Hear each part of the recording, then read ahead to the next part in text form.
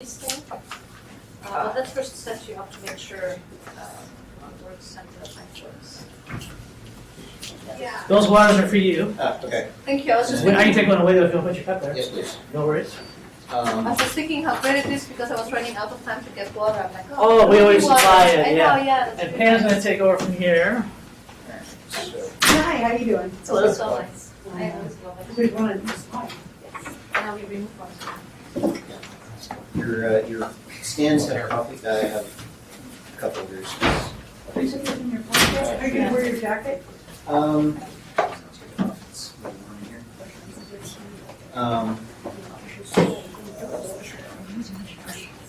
just It's on the table itself. yeah. Oh, no problem. It all works out perfectly fine. But it's just hard to know. To be honest, and we got to chat with him during lunch. So that was fine. I just moved to squish the student session a little bit. But I was enjoying this for lunch. Oh, so that was fine. I'm gonna go get. I'll make this easy. I'll be right back. Oh, yes, reading.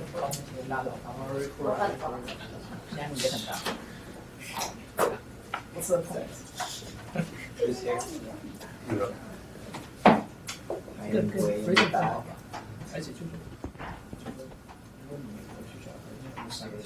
Certain actions what you think about it.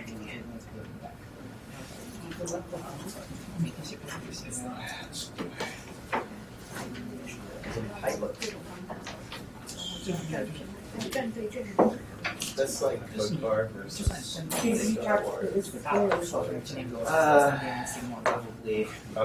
does that equally.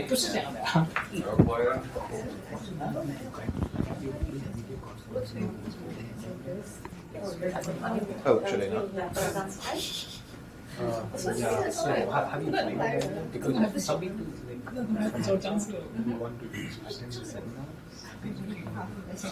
Oh, we tried to stream it. I think we're supposed to stream it, but I didn't kind of film it. Because I think for the video, it's not going to stream it. So if that's it, Yeah. it's a little late. It was on training. But I can at least stream. And when you get done, I need you to sign that. And also, after the show, slides. Slides. Okay? Oh, I use HTML. Can I just point you at a link? Yeah. Okay. Just put it on here, the link, and I'll just take care of it that way. Alrighty. See how that looks. That's good. Okay, I'm going to take my own up. You guys are handing me a Yes, spot. I can see that. Yes, thank you. I know you already know about it, but just in case you forgot. Yeah, thanks.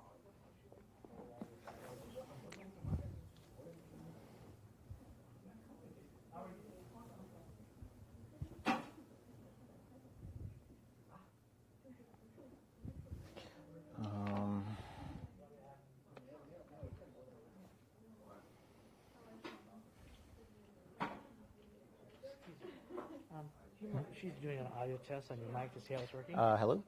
Can you count to 3? 1, 2, 3. That's perfect. Thank you.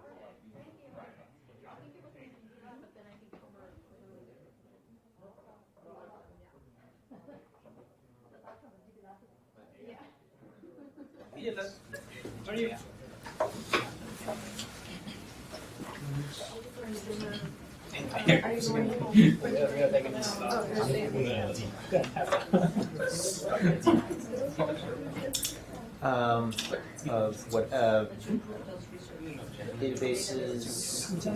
databases influenced heavily by programming languages. Influenced by programming languages. Oh,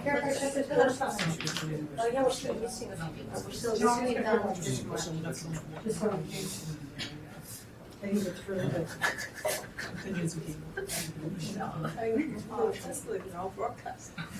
Just so it isn't all the way open in case we forget, you know? Oh, but we need to make sure that Such and Alvin. We need to make sure that Such and Alvin can see. So that would just be that. Okay. Oh, we're doing it down. You need, you wait for one more person. People sitting on this side. That side. Why don't they send it off?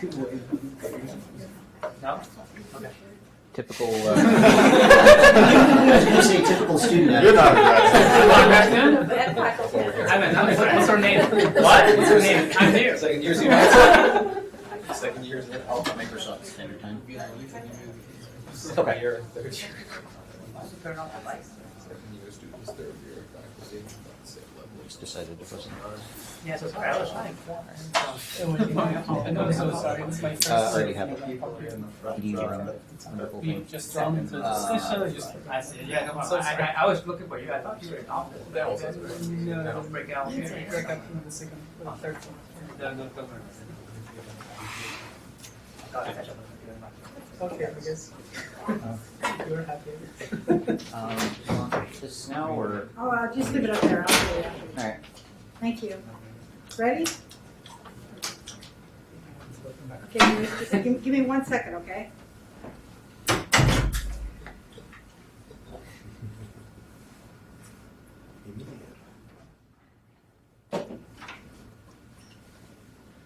Welcome everyone to another talk in our Microsoft Talk series, part of the Northwest Database Society Symposium. Today we're very happy to have with us Professor Oliver Kennedy. Oliver has a PhD from Cornell University, and he has been at the University of Buffalo as a professor since 2012. He does really exciting work in databases, in particular kind of database research influenced by compilers and programming languages techniques. So we're very happy to have you here. Welcome. Thanks. And in fact, that's one of the sources of uncertainty that brings us to this problem. It is actually the University at Buffalo, or the University at Buffalo, SUNY. And just to make life hard for the entity matching people, the Buffalo State is actually a different school. So we love giving jobs to people who work with data uncertainty. Okay, so today I'm going to be talking about a system that we're building called MIMR. And before I get into it, I just want to say this is the work of a ton of people, and I think we've actually added a few people since I put this slide together. But there's a ton of people, a bunch of students, a bunch of alumni now at Oracle and Vertica, and our senior developer, Mike. Ton of people have contributed. If you like what you hear, it's their fault. If you don't like what you hear, it's probably my fault. All right, so I'd like to start off, as I usually do, with a bit of a fairy tale. So meet Alice. Hi, Alice. Hi, Alice. Okay, good. All right, so Alice has a store, and like most people with stores, she uses her store to collect sales data. And she wants to take this data, run some sort of big promotion, make a ton of money, so she takes her data, loads it into her data management system of choice, asks her question, and lives happily ever after. All right, yeah.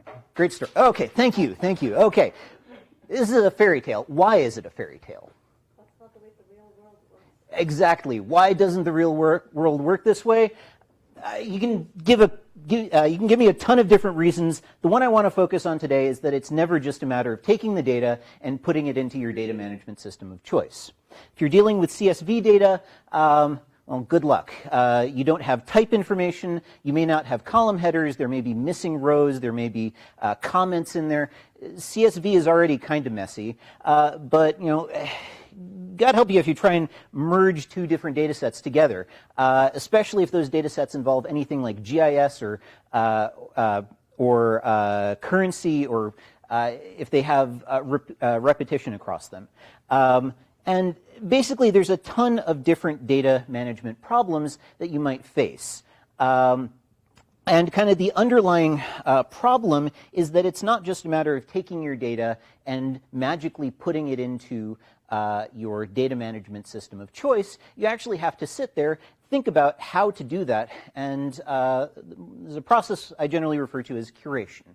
And the purpose of the last couple of slides is basically to impress on you one very simple premise: this is a pain in the neck.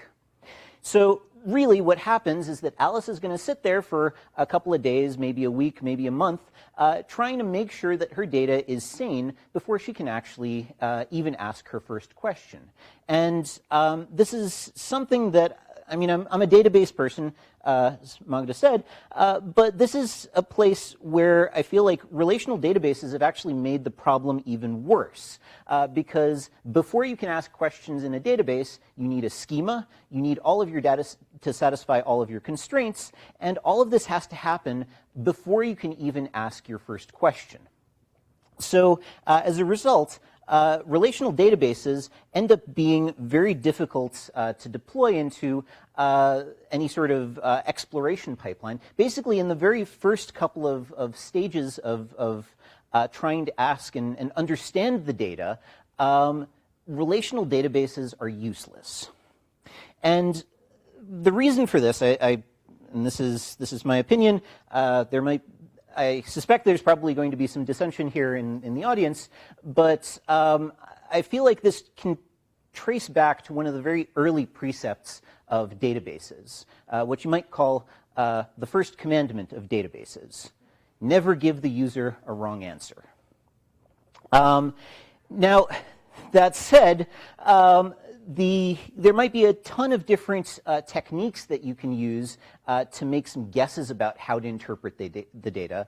There's a ton of work on entity matching, on schema matching, on data imputation, a ton of other stuff that are really good at trying to figure out how to interpret your data, make it usable. But the problem here is that all of these ultimately end up being guesses. And because of that, data management systems aren't really geared to deal with that sort of thing. So my kind of pitch to you here, if you will, is, well, technically we don't want to give the user a wrong answer, but, well, and I recognize, apologies to Dan, but what if we were allowed to give the user an uncertain a wrong answer? More precisely, I mean, just to be precise, what would it take for it to be okay for us to give the user a wrong answer? And for this, I like to use a couple of examples from industrial products. So, kind of question to you. Who here gets junk phone calls? Okay, good. Yeah. During our meeting, I think you got a junk phone call at least once. So this is a problem. And well, I get junk phone calls too all the time. Usually when I see a number that doesn't have a name associated with it, if it's not in my address book, I just ignore it, even if they leave a voicemail. Except in this particular case, my iPhone kind of pointed out that, hey, this is actually Amy Legowski. And Amy, who is actually our grants coordinator, or one of our grants coordinators, and this was actually a very important email. A grant would not have gotten sent in if I didn't check that voicemail. So it was really helpful that my phone was able to tell me that maybe this is someone I kind of want to talk to. And if you click on that little information icon next to one of these, you can find out exactly what the iPhone is doing. It's running this really mind-bogglingly simple heuristic. It's looking through my email, and anytime it sees a phone number in my email, it's recording an association between the name of the person who sent the email and the phone number. And it's then using that information to provide me with a little bit of context when it tries to answer a query, specifically who's calling me. So my phone in this case is making a pure guess. There's no probability associated with it. This is purely a heuristic guess, but it's being very clear about that. It's not trying to say that this is definitely the person. It's being using a couple of different interface cues to tell me that this is maybe, maybe this might be the right answer. Another example I like to use is Bing Translate, which I think is my favorite example of a translation and publicly available translation tool, because you can interact with the translation. If I click on any word that I want to see translated, it'll highlight the word in the other side, and it will also give me some statistics, some alternatives, and some confidence levels in each of those interpretations. So once again, it's kind of communicating with me that there's some uncertainty in the data. It's giving me alternatives, and it's giving me ways of providing it with feedback about the result. Now, I mean, I have a ton of these examples, but really the thing I want you to take away here is that in each of these cases, the system is dealing with guesses. It's dealing with data that it's pretty sure is not necessarily correct, but it's being very clear about that. It's telling me which data is uncertain, it's telling me why it's uncertain, and it's giving me some qualitative measures, and that's important, qualitative, not quantitative, not always quantitative, measures that I can use to get a sense of how reliable the query results are. Well, I'd like to ask, well, could we do the same thing in databases? Well, it turns out someone beat me to the punch by quite a bit. There's been a ton of work on essentially dealing with data that is imprecise, underspecified, or otherwise incomplete. And this is something that the database community has known about for going on 3.5 decades now, at least. And it kind of got me wondering, why aren't more people using these sorts of things in practice? So to kind of give you my take on why that is, I first need to introduce the basic idea of an incomplete or probabilistic database. So in a classical database, you have a single data set, and you ask a question about that data, and you get a single result. In an incomplete or generalization of incomplete databases called probabilistic databases, you have not just one data set, but you have a whole set of possible data sets, or sometimes called possible worlds. And then you ask the same question simultaneously on all of these possible worlds. You get a set of possible answers, and then the system takes a look at those possible answers and starts summarizing them into some sort of more compact, human understandable representation, like a probability or an expectation or a histogram or something like that. And this is basically where probabilistic databases have lived for the past 3.5 decades. We've gotten pretty good at the different stages of this pipeline.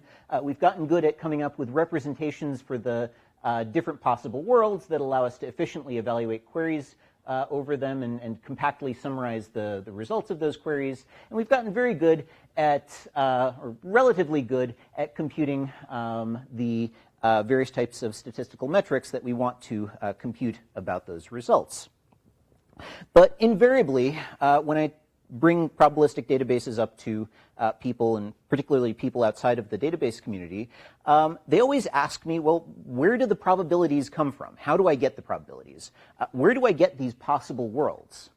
And, well, the other kind of awkward bit here is that people, unless you're statisticians, unless you're a statistician, most people just aren't wired to deal with probabilities. I know I'm certainly not. So the output of these systems is still not necessarily, strictly speaking, usable. So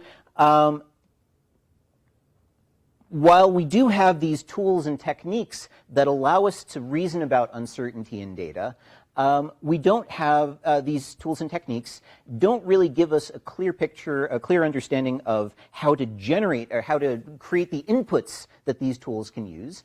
And personally, I think they're not particularly usable. On top of that, they also tend to be kind of slow. What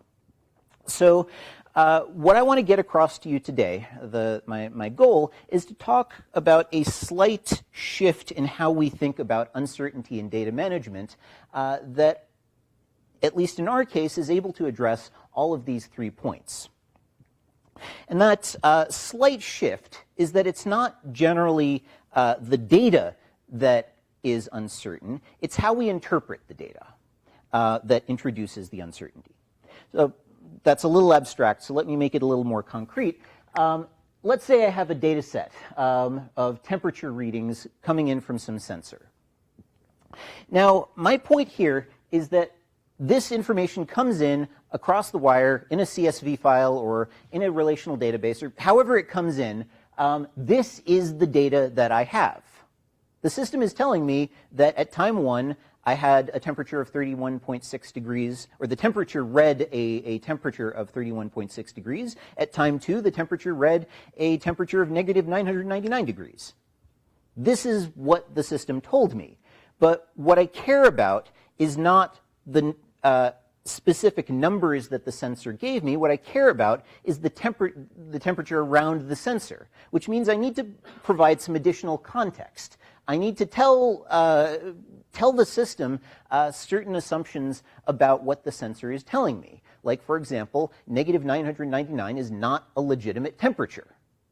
Or the temperature around the sensor is, the sensor might have some measurement error associated with it. So it's not a temperature of 31.6 exactly. It's 31.6 plus some Gaussian distributed value.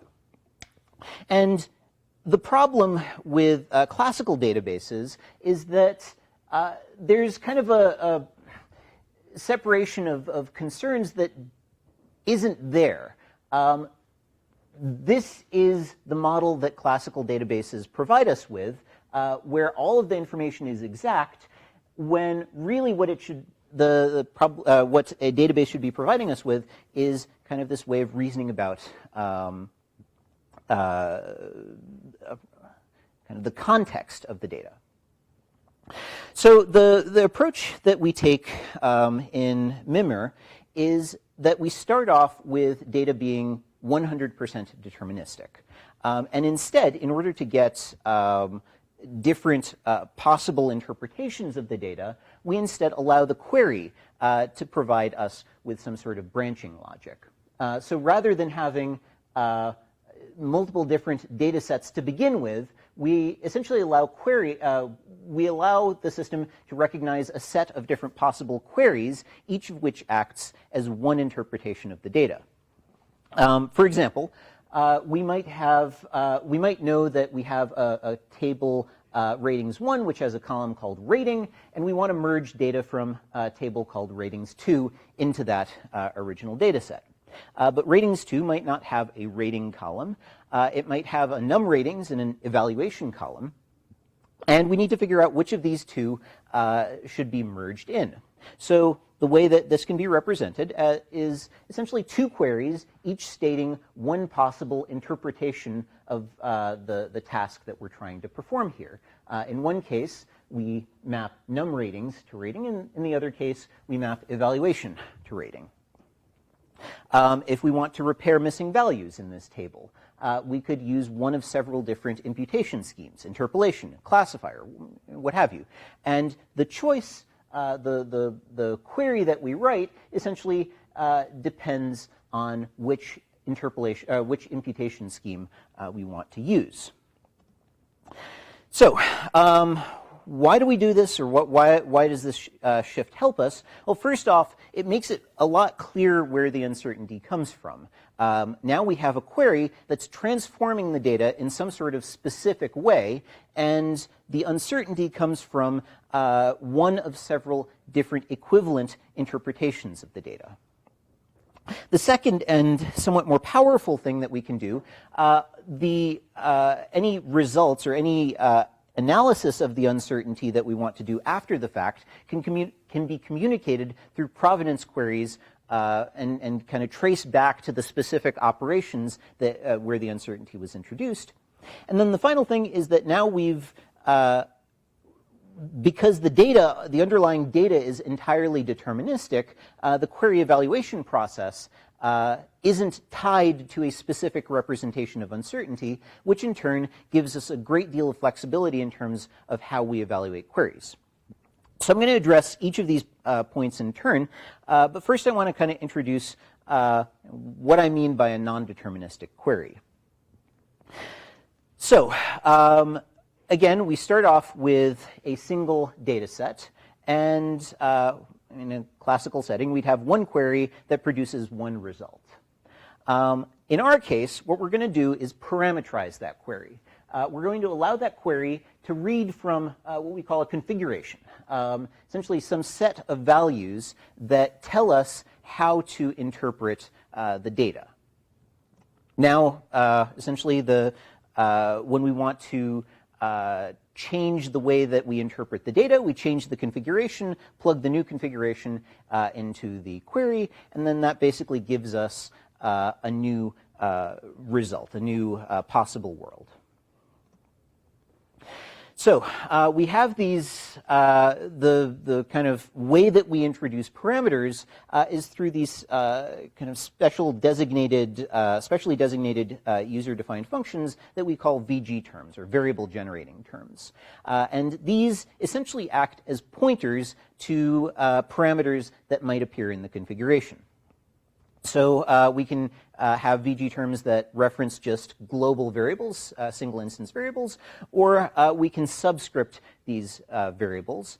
And the subscripts can also come in from the data. So I'll give you an example of what I mean here.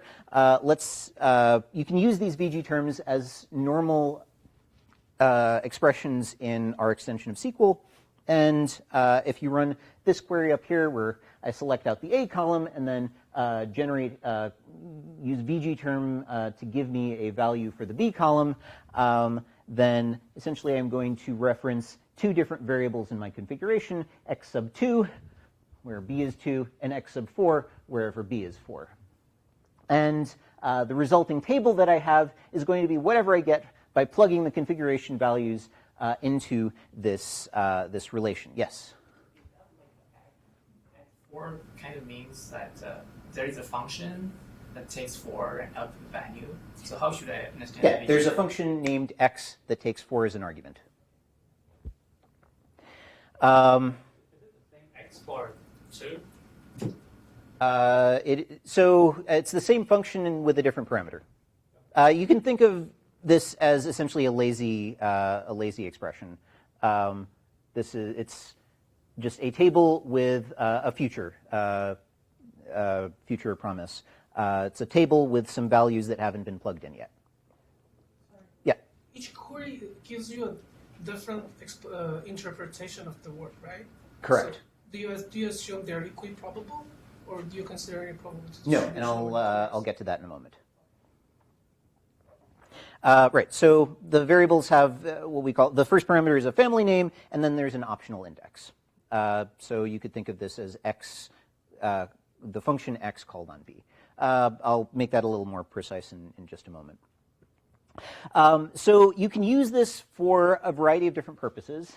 For example, the schema matching example from earlier, I could define a configuration parameter called match rating that tells me essentially which column I need to map into my result, either num ratings or evaluation, or maybe I just don't use any input. I can do something similar for missing value imputation, where I essentially have a different guess for every single row. I can select out of ratings 1 anytime I see a rating that is null. I can plug in a value for my configuration that tells me what the actual value that belongs in that particular row is. So in this case, I don't just have one configuration variable. I actually have a whole family of them that are indexed by the unique identifier of every row that goes into this query. Okay, so what do I mean by a configuration? Well, I'm lying a little bit. The configuration is actually defined by a set of objects that we call models.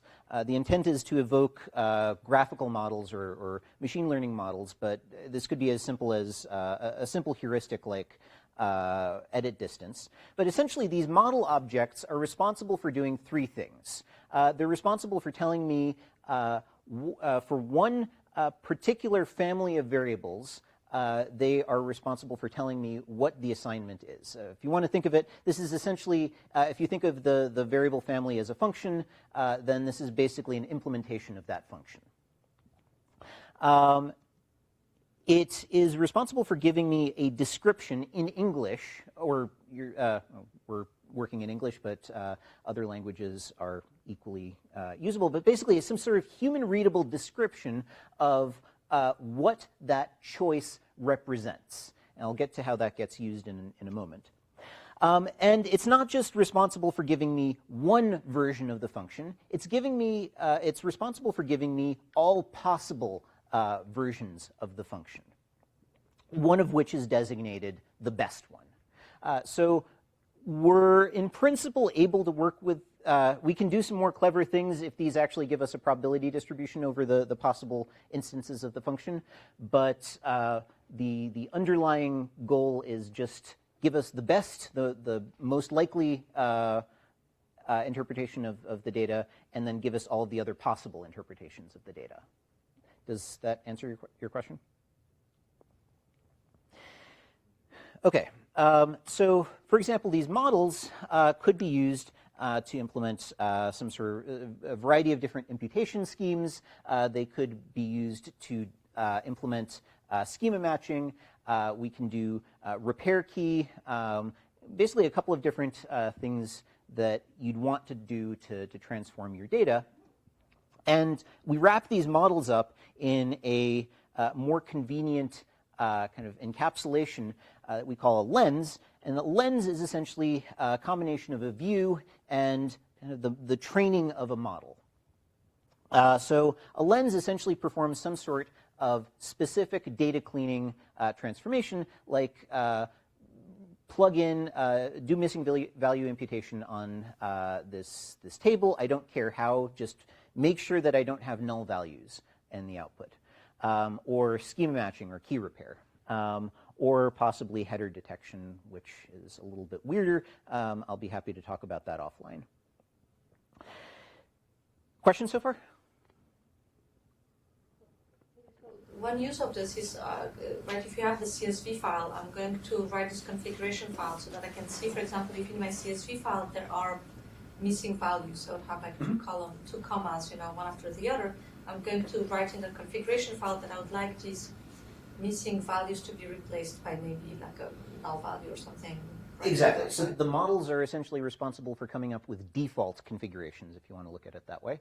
And then we want to essentially, any sort of, in principle, a human who is going through the whole process of designing a import process would have to manually plug in each of the configuration parameters.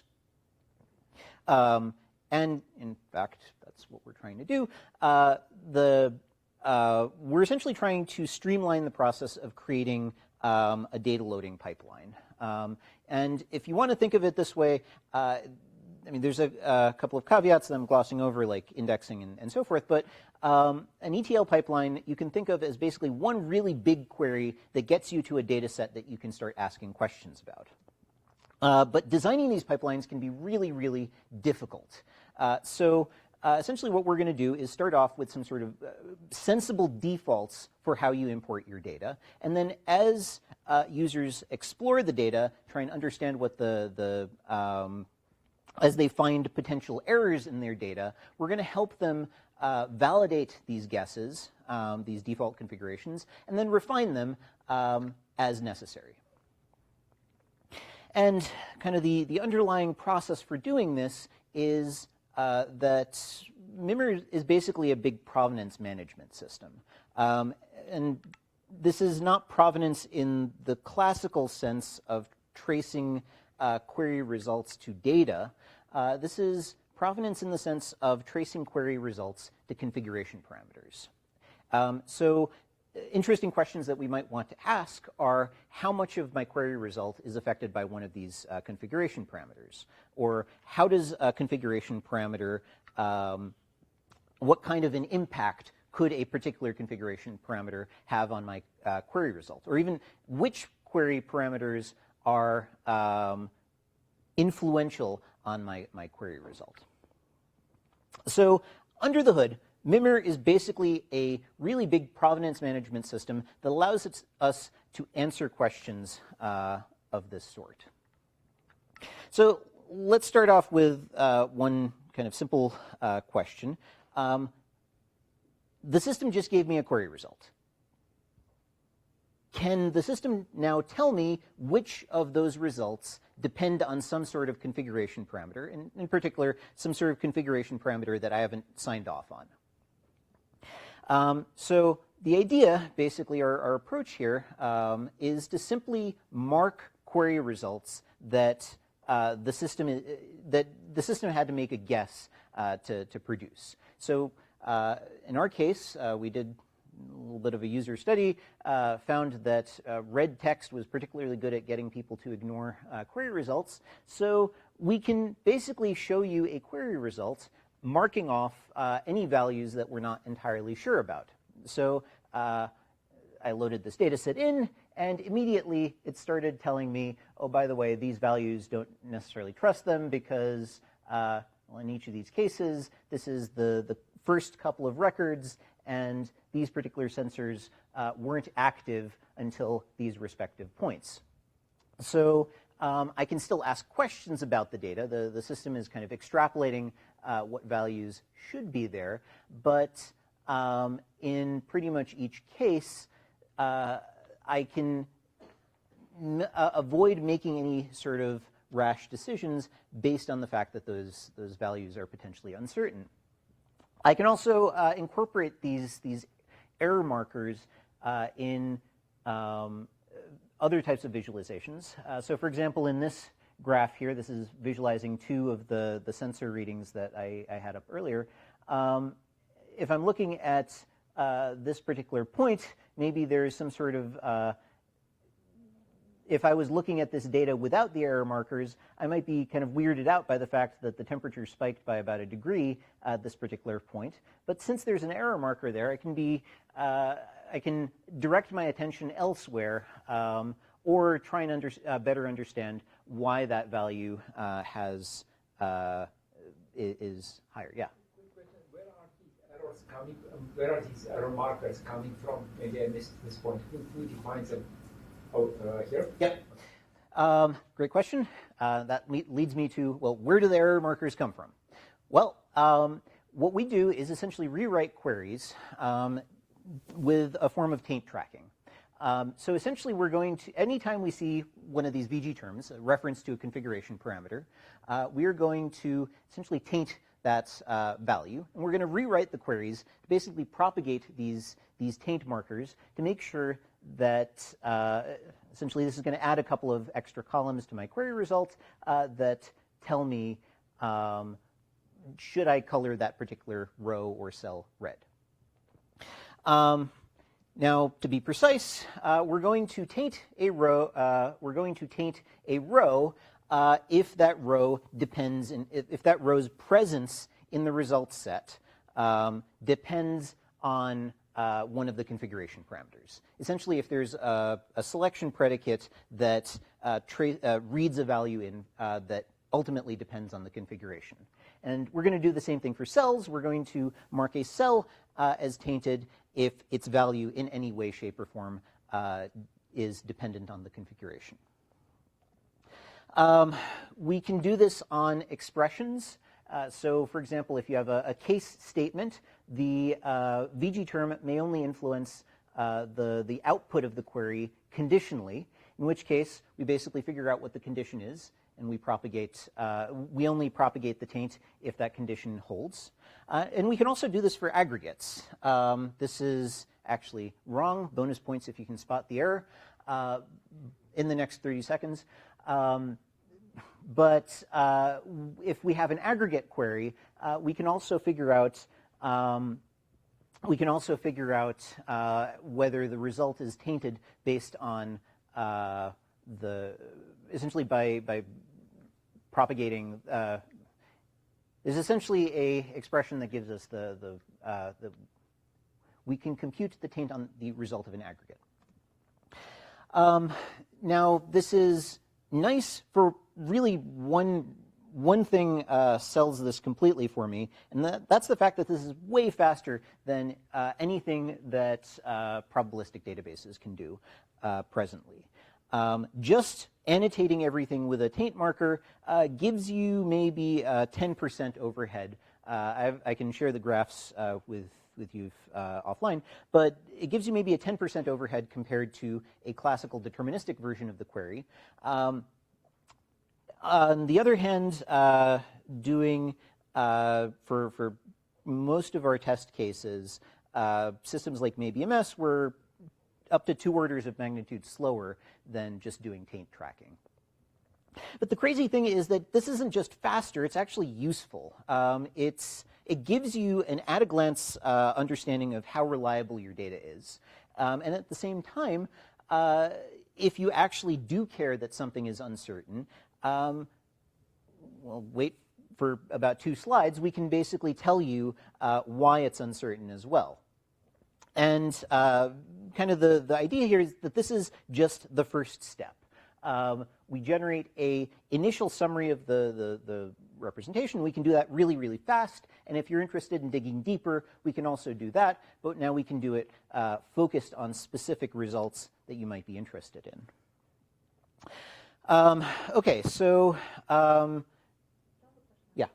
So when we see the results, and some of them are tainted, some of them are not tainted, we know that some results are uncertain, others are certain, but it doesn't say much in that interface in terms of the distribution of these results, right? So if I could have maybe I have a sensor system that is tracking people, and I know that that person could be in one of 3 adjacent locations with different probabilities, right?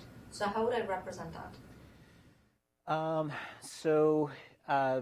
Kind of the underlying thing was you'd have to pick at least one of those locations to be the best guess, the initial, the most likely location. All of your query processing would be based on that premise, that the person is located in the most likely location. And at the very end, we'd show you, well, this is the most likely place, or this is the query result, assuming with the most likely assumptions going in, but oh, by the way, there's a little bit more that you need to know. Yeah? This can get quite complicated if I want to find pairs of people who were in the same location. That's entirely correct. But so we're going to give, like I said, we're going to give you a result that is based on the most likely set of assumptions. And if the most likely assumption puts all of these people in the same locations, that's the result you're going to get. And we're going to essentially tell you, by the way, maybe look at this a little bit harder if you really care about what this specific result is. And I'll get to what I mean by look a little bit harder in 2 slides. 2 slides. Okay, so yeah. Just to make sure that I understood it, you essentially start with a set of annotation. Your initial configuration is essentially a set of annotation. Then you use that language to propagate those annotations to the result of the query by means of objects, right? So you cannot differentiate between different premises. You always need to start with a fixed set of premises. So this doesn't solve the problem, the probabilities that you started from. You still need to start with a particular and fixed configuration, right? Yes. Okay. All of the uncertainty in our system comes from essentially specific types of data cleaning transformations. So the default we're essentially assuming that we're treating the tool that gives us the default configuration as a black box. SparkML is going to give us the most likely interpretation, the most likely thing value that we should impute in a particular cell, and it could also give us a range of other possible values that could be imputed potentially, or we could take the active domain of the attribute. We're not really working with probabilities here. This is just sets of possible answers and some sort of heuristically chosen most likely answer. Where those most likely answers come from is all based on whatever heuristics get plugged into MIMR. we're treating that process as a black box. I don't know if that answered your question. Okay. All right, so taint is really nice in some ways. It does have a few drawbacks. So we've essentially shown soundness. We're never going to give you, we're never going to tell you that something is untainted when it should be tainted, but it's not complete. We may give you false positives. There's some interesting work by Leonid Lipkin on null value evaluation that is essentially related to this. But essentially, if the query is safe, we can actually prove that it's, or we're on the verge of being able to prove that we're going to provide a completely sound and complete answer.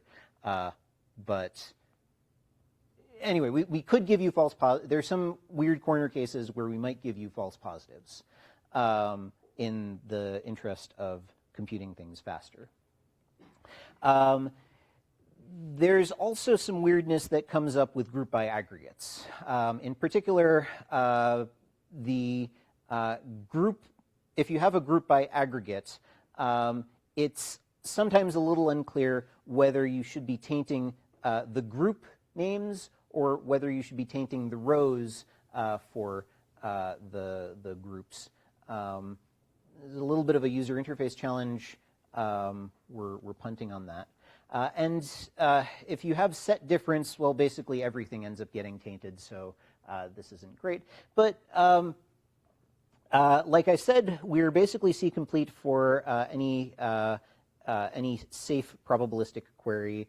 The tainting issue on group by aggregates turns out to be not as big a deal in practice, and set difference doesn't turn up a lot either. So at least in the use cases we've put this to, this turns out to be a reasonable strategy for computing, for at least warning people that they might want to look a little bit more closely at query results. Yeah? So would it be easier to define the VG terms on the individual attributes when you define the table as opposed to using them in queries and then propagating on things? As attributes on the underlying data? So, underlying data is more restrictive. Yeah. Well, it's equivalently expressive. So there are two advantages to defining it as part of the query. The first is that it makes it easier for users to understand what's happening to the data, where the uncertainty is coming from. If I have a query that does schema matching, and I have a particular point in that query that introduces a non-deterministic branch, that is often a lot clearer than, well, here's this table, and it has two possible values. One of these. The other is one that I'll get to in a couple of slides, but to give you the sneak preview, it gives us more flexibility in how we evaluate the queries. If you store the underlying data in a, if you need to associate the uncertainty with a particular data representation, well, it turns out there's a ton of different data representations that we could use. Some based on exact representations of uncertainty, something like C-tables representation, or there's a whole bunch of different representations that use samples. And it turns out that none of these representations are the best for every single use case. So by putting it in the query, we can always generate new representations on an as-needed basis, and because of that, we can always kind of optimize. I'm giving away the last third of the talk, but essentially we built a query optimizer that picks the right representation for a particular query. Yeah. For the configuration file, do you have like a grammar for configuration? So it's essentially it's not a configuration file per se. It is a class that implements a best guess function and enumerate alternative guesses function. I'm asking how flexible the user can define the configuration. Is that kind of the DSL that you sort of have some template and there are some variables that user can define, or just like really restricted forms with only like a certain variables. So this is the command line interface. I hate the command line interface for this. There's a better GUI for it, but essentially, well, hold that question for about one slide. I just want to get one point across, which is, well, one question I may want to ask about my data is, well, which variables affect my query result? And so the way that the user interacts with the configuration is first, we have this special command called analyze. It takes a regular query, and it basically figures out which configuration parameters affect that specific query result. We are, I think, about a week or two away from being able to rank these in terms of a couple of different prioritization strategies. But essentially, the user can then provide feedback. Again, this is a horrible syntax for it, but the user interface that we're working on for the graphical user interface is essentially just point and click. But essentially, the user just tells us this particular variable should be that value. Or they can essentially confirm that they believe a particular what a particular configuration parameter should be by just confirming the existing value that that the model tells us is the best guess for that particular. Like restricted to like a one-to-one replacement of the current value of a database cell to like a function maps the current value to something else. Yeah, if you want to look at it that way, it's essentially we have this way of injecting values into a query as it's being evaluated. Normally, those values come in from some sort of heuristic classifiers, but we essentially give the user the ability to override what the heuristic classifier is telling us to plug in there. And the expressiveness of the configuration. It's a function with one or more parameters. Anything that you can represent by a function with one or more parameters that come in from the data. Like it doesn't look some like context information. For example, the function doesn't have the privilege to look at the entire data. It does. That is a great question. Actually gets into one of the hacks that we have in here. The short version is, in order to make this efficient, you actually do need to provide a little bit of extra hinting information into the function. So for example, for a classifier, you probably want to give it the rest of the row so that it can actually do the classification correctly, rather than having the function then query the database every time it needs to do a classification. But so short answer is yes, but we're kind of hiding that from the nice academic version of this. Yeah. Can I return another function? Oh, that's a great question. Not as things stand right now. This is just, the function is simply a key value lookup into a configuration that is potentially, the reason that I'm referring to it as a function is because the domain of the function is potentially infinite. So we need to be able to generate an arbitrarily instantiate new configuration parameters. But I'm not sure what you would do with returning a function.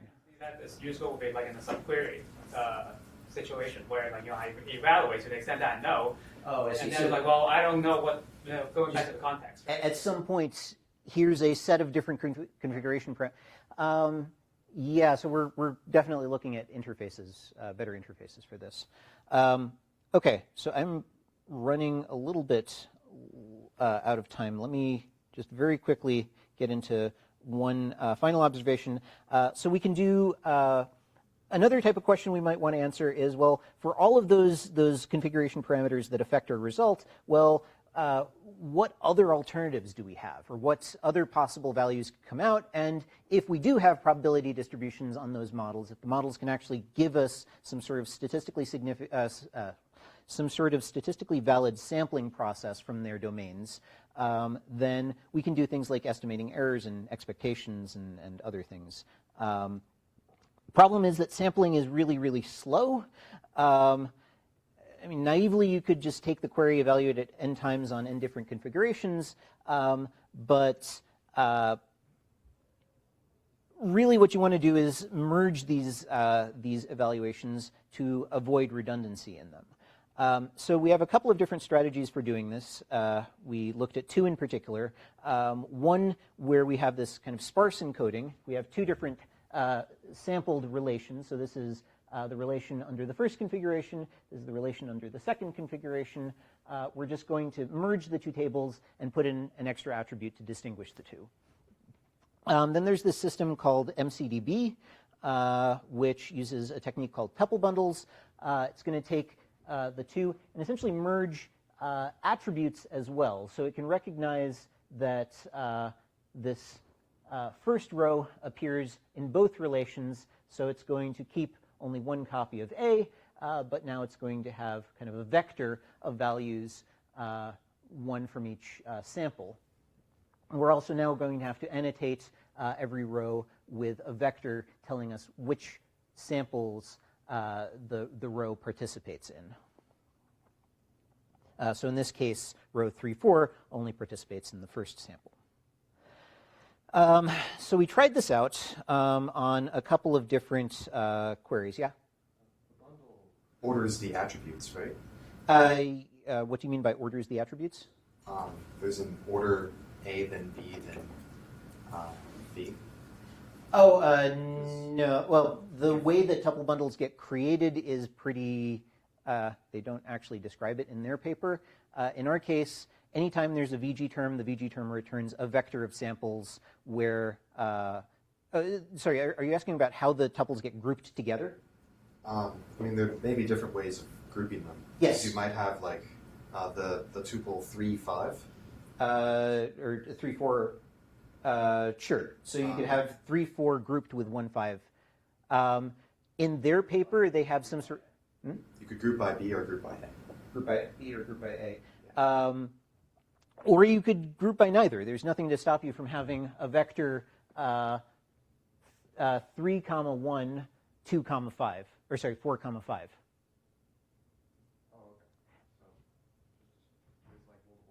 Where Yeah, or at least in the original tuple bundles, the original MCDB paper, they just say we have the tuple bundles. They came from somewhere. Presumably, they had some sort of optimizer envisioned. In our case, essentially, VG terms return a vector of samples, or are treated as if they return a vector of samples. So in this case, this might be an example of missing value imputation, where you return either 2 or 5 for that particular null value that shows up there. Does that address your question? This is just to compress data for efficient query Yes, processing, right? exactly. Problem is, compressed query evaluation can have mixed results. So what you're looking at here is TPCH queries 1, 3, and 5 on, I believe, a 1 gigabyte data set with SQLite as a backend running the queries. We rewrite the query to essentially emulate tuple bundles. We rewrite the query to emulate the kind of sparse representation. The sparse representation, on a whole, is much slower because it's dealing with way more data, way more duplicate data. But on some queries, in particular queries that don't involve aggregates or, that don't involve aggregates over with non-deterministic group by attributes or joins over non-deterministic attributes, tuple bundles become way, way faster. So which one of these do we use? Well, kind of said it, gave it away earlier in the talk. We can use either because we're not committed to any particular fixed data representation, and we're in the process of building an optimizer. Some students essentially just gave a presentation on this on Friday. So yeah, I was also going to throw in a demo, but I don't think I have time for that. So I'm just going to say it's generally not the data that's uncertain, and this kind of is a different approach to dealing with uncertainty in data, where uncertainty is kind of a warning rather than a probability distribution. So with that, thank you.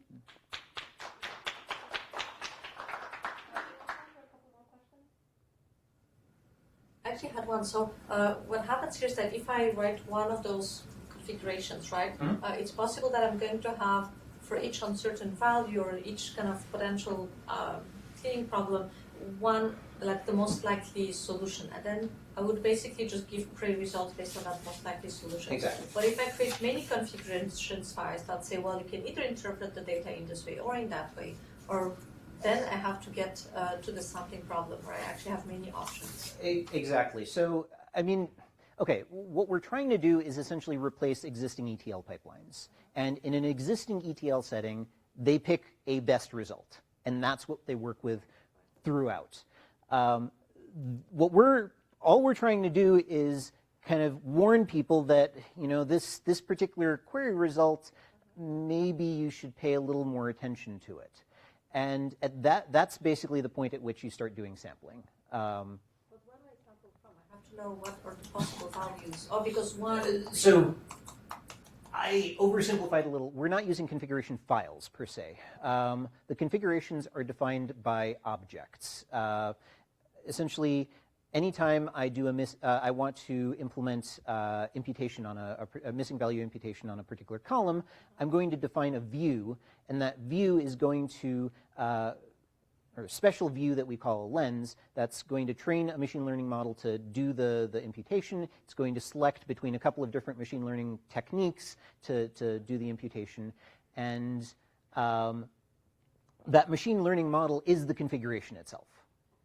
So the model basically gives me a best guess to plug in, and it also, we expect models to be able to give us samples of alternative values.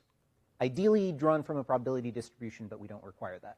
I see. So this kind of going back to my example with kind of I'm trying to follow people who might be in different rooms at the same time. But the model, if I do sampling, could give me different locations. Exactly. With different kind of probabilities, so that some sample would come out more often than others. Exactly.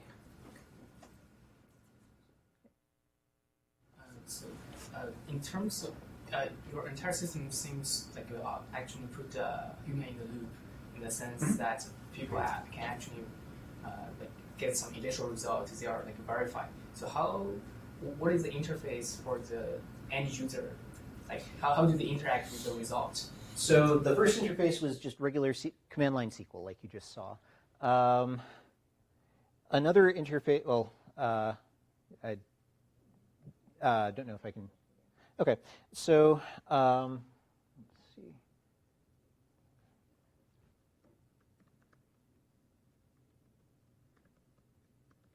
I'm going to cross my fingers and hope that this is still up, because this was not officially part of the demo. But we have a couple of different, oops, not this one. We have a couple of different user interfaces. So for example, this is giving me, oh, not this one. There we go. So this is basically giving me police complaints in the vicinity, actually not at the moment, but this is a table of police complaints in Buffalo, and we have this tool that lets you create publicly visible visualizations, and some of those visualizations can include uncertainty. So most of these are based on hand-coded addresses, well, not this one, but these are based on addresses that we don't necessarily know exactly where they come from.